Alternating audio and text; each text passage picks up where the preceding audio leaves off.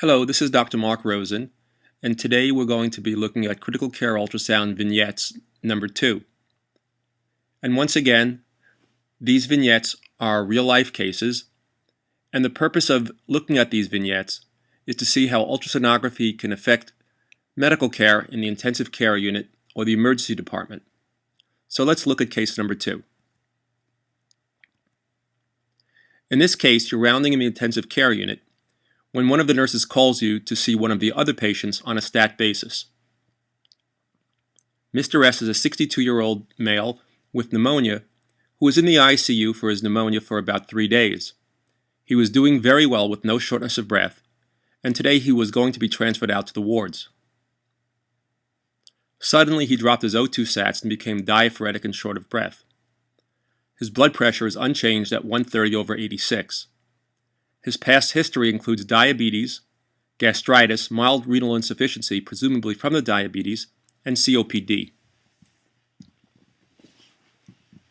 His vital signs are as follows. Blood pressure is 130/86, a pulse of 108, respirations 22. He's afebrile with a pulse ox of 86% on 2 liters per minute nasal cannula.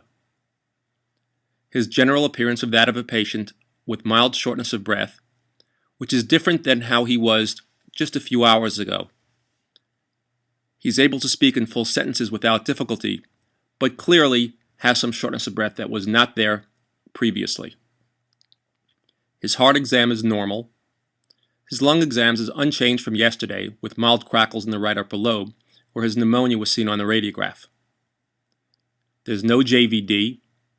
His abdomen is benign, and his extremities reveals no edema. So then we come back to the same question. What would you do now?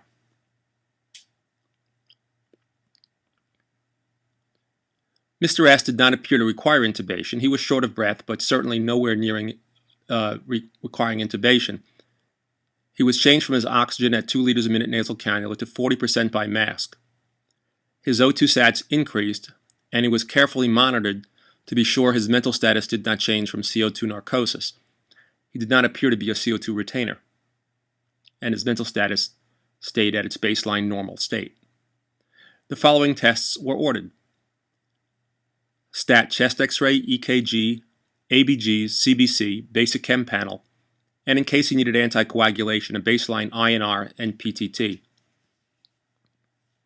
The plan was that if his chest x-ray was unchanged, there would be a strong suspicion for a possible pulmonary embolism or acute coronary syndrome, and that he would then require anticoagulation.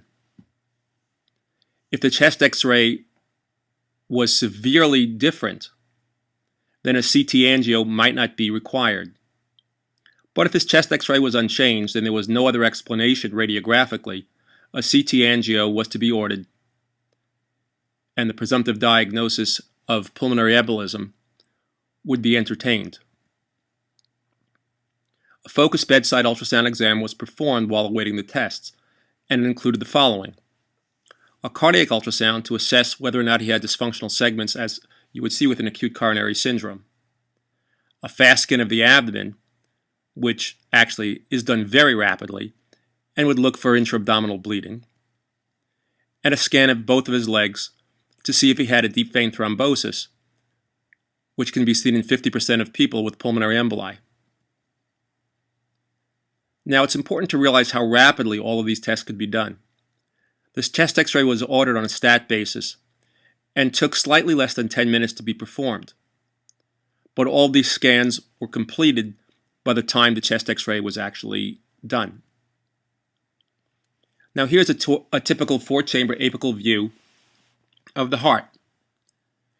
And this serves as a good indication of what you can see in a typical 4-chamber apical view. Left atrium, left ventricle, right atrium, and right ventricle here. But the probe has been turned slightly to make this into more of a 2-chamber view, where we can see left ventricle here and left atrium here. Blood flowing from the left atrium through the mitral valve opening here and closing here into the left ventricle. And the purpose of this particular angle is to illustrate the apex of the heart. So the apex of the heart resides here. And it's important to note that in this patient, where we can see the left ventricle very clearly due to his LVH, the apex of the heart is made up almost exclusively of the left ventricle. The right ventricle, which is somewhat cut off in this view, on this particular patient, the right ventricle is seen as a small sliver coming up to the apex. Now, if we would have turned the probe to see a clear four-chamber apical view, rather than concentrating on these two chambers, you would see that the right ventricle occupies approximately 2/3 the size of the left ventricle. Now let's look at another image. This is the actual four-chamber apical view of Mr. S. And this is what you would typically see for a very clear four-chamber apical view. Left atrium, going to the left ventricle. The mitral valve can be seen open and closing, with the valve tethered at both valves here to the chordae tendineae going to the papillary muscle. Septum is over here. And this is the right side of the heart. Right atrium, tricuspid valves opening and closing, right ventricle. The arrow is placed here pointing to the apex of the heart. So the apex of the heart really is about here. Now, as we saw on the prior image, the apex of the heart should be made up primarily of the left ventricular apex, and the right ventricle should be a small sliver, but that's not the case here. Over here, it's split approximately 50% right side, 50% left side. Another finding is that if you look at the size of the right ventricle, it is not 2/3 the size of the left ventricle. They're approximately of equal size. In fact, it's difficult to measure in this particular view without calipers, but if we froze the image, you would find that the right ventricle actually is slightly bigger than the left ventricle, which is not normal. The other thing is to look at the contractility of the ventricle. The base of the left ventricle, if I put my indicator here, is contracting around it, almost as if it's trying to bite that small arrow. If I move up here, this part here at the apex is not contracting as well. So there is a little bit of dyskinesis.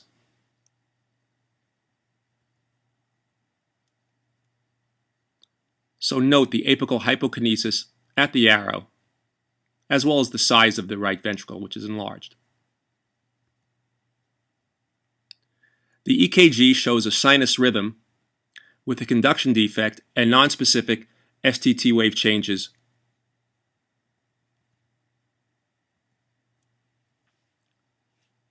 The fast scan was done, and it was normal, which was not much of a surprise. But it was very rapid and easy to do, especially since we already had part of the fast scan done, since we already were looking at the heart. Then we moved to the left leg. Now, over here on the left leg is the femoral artery. And it says over here this is overcompression. And indeed, the resident who's performing this test is overcompressing the femoral artery. It takes a while to note exactly how much one should compress the artery and vein to look for a DVT. But as a general rule, use enough force that you shouldn't really compress the artery very much, maybe ever so slightly. But here you can see the artery is being very distorted and becomes highly contractile over here. Now bear in mind that the resident here is putting on too much pressure, so actually overcompressing the structures. Over here, this vein should definitely collapse if the structures are being overly compressed. But yet at the tip of the arrow, once it's compressed, you can see over here quite visibly the clot. So this patient has a left femoral vein clot. So what's the bottom line of this case? There's apical hypokinesis, no increase in troponin, but the troponin was drawn immediately. I suspect that the troponin would be increased in a short time, and the apical hypokinesis is probably from ischemia. It may be old, as in an old infarction, or it may be new, as with ischemia. But more important, actually, is that there's an enlarged right ventricle. And this is commonly seen with pulmonary embolism. So it's hard to tell from this whether the changes for the apex are old or new. It could be new onset of ischemia. It could be an old infarcted area. But definitely there's an enlarged right ventricle. Again, one could not tell if that's old or new unless there was an echo or another bedside ultrasound for comparison.